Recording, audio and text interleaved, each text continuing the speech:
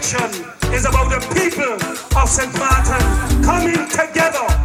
It is about us being a team, working together for St. Martin. Why should the electorate take seriously promises made by you and your party and not take seriously promises made by your opponents?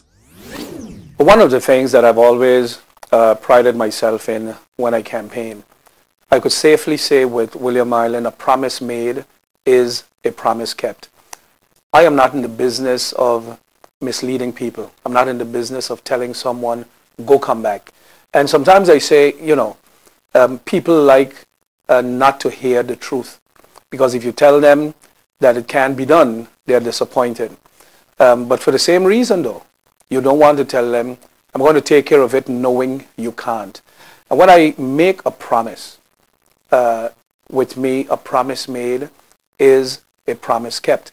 And there's so many areas that I can point out, where you make serious promises and you keep them. There are other political parties that go around when there's an election and they promise people everything possible under the sun. They promise them, the proverbial pie in the sky. And I'm saying no. The things that we promise are the things that we will do. And there's some promises that we are making in our manifesto. And when launching the manifesto earlier on Saturday, I said to those who were there, with us, a promise made is a promise kept. And I read from that manifesto some of the promises that we have made. And I can tell you, we will stick to those promises. And what are some of those? People who have to pay taxes from their income tax, the wage tax. We're saying anybody who makes less than $3,000, no taxes. This past term, we've been in government for just a year. 6 months after you get in government, you faced an election.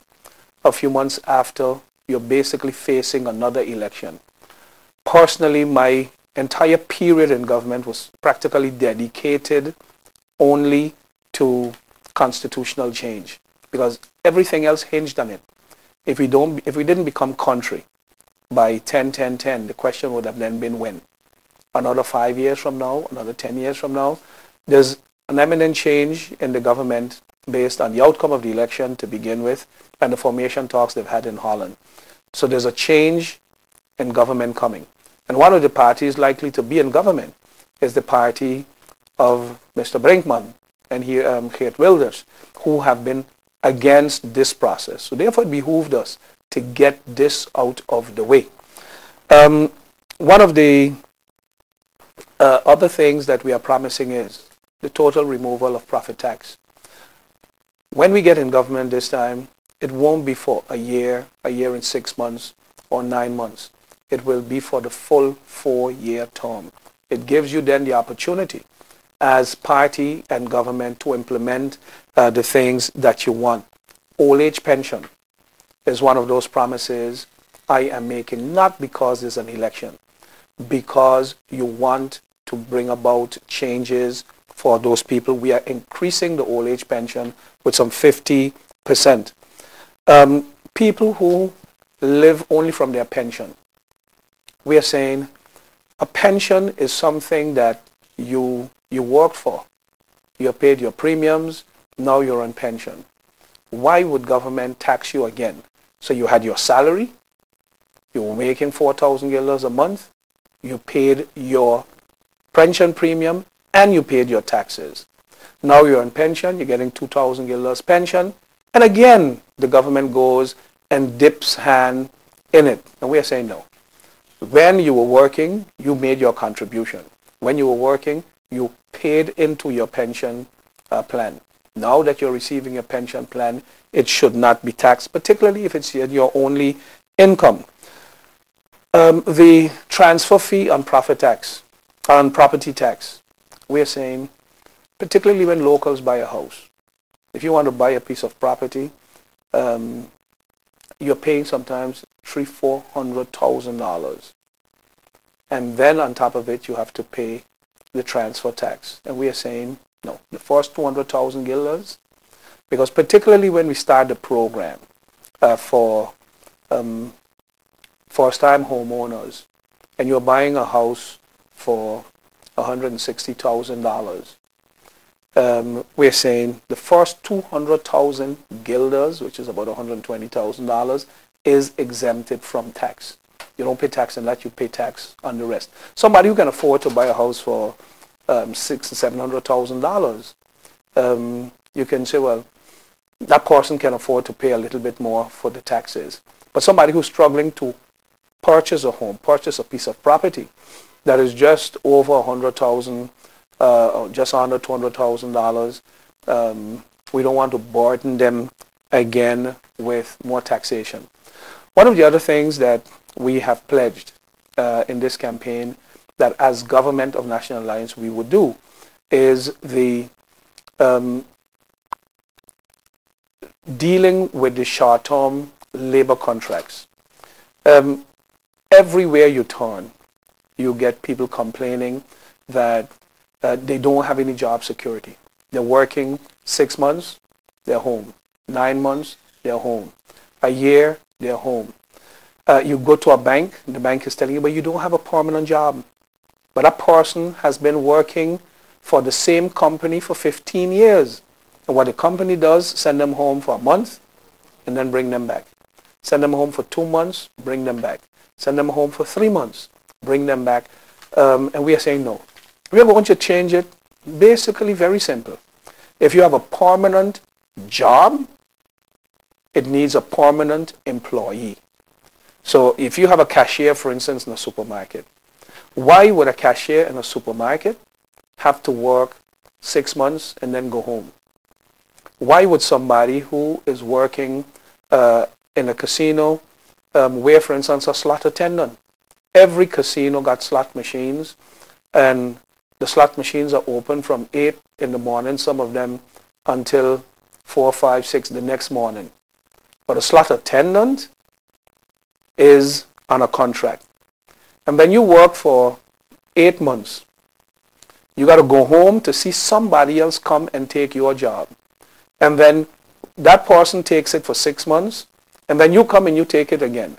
So it's like 3 of you rotating in the same job. What does that do? You don't build any seniority. You don't build any years with the company, because every time it's like you're a part-time employee. 6 months and you're gone home. We are building homes now that people in that range of income would want to buy one of those homes. You go to the bank, and the bank say, can I see a job letter?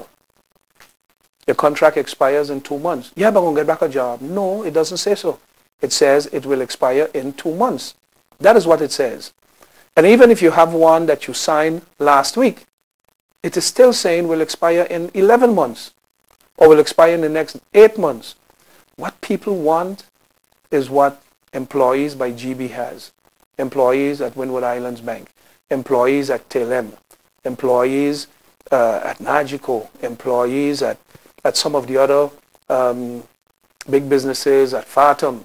You know, and when I'm saying big, not that huge of an operation, but these people are permanently employed. That is what people want. We are not against contracts, but the job cannot be a permanent job. If you have a store on Front Street and you're open 365 days of the year, why would, let's say, all your employees be on contract? And I'm not saying that there are stores who have it that way. There are some who have them for some years. I know certain stores on Front Street where there are people who have been working there now for the last 25 years. Okay? Not on contract. But you also have, let's say, some supermarkets on this island where you see the employee now and then you don't see him. What happened? Oh, my contract up. I travel a lot. And you go to the airport, some young person is checking you in, you are happy, they have a job, and then 3 months, 4 months after, you don't see them. You say, what happened? Oh, my contract was up.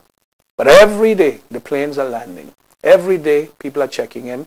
So if that position is permanent, the job needs to be permanent. The turnover tax, people asking you, will you do away with it? And we are saying no, at least not yet. Because government needs income, and the turnover tax is a very simple revenue for government. And when I say simple, government doesn't need to run behind businesses. You don't need to file at the end of the year. Every month, this is your turnover, you pay. The turnover, 100,000, give government their share. There's no paper trail, there's no hiding of money, and we are saying no. If we keep it, but we eliminate profit tax, then that business doesn't have to be saving receipts to tell government, I turned over 4 million, I spent so much on salaries, I spent so much here, so much there, so much there, and my profit is only $20,000. And then one would say, but why then business if they only made $20,000? Important here is that when you eliminate the profit tax, you eliminate that whole hassle.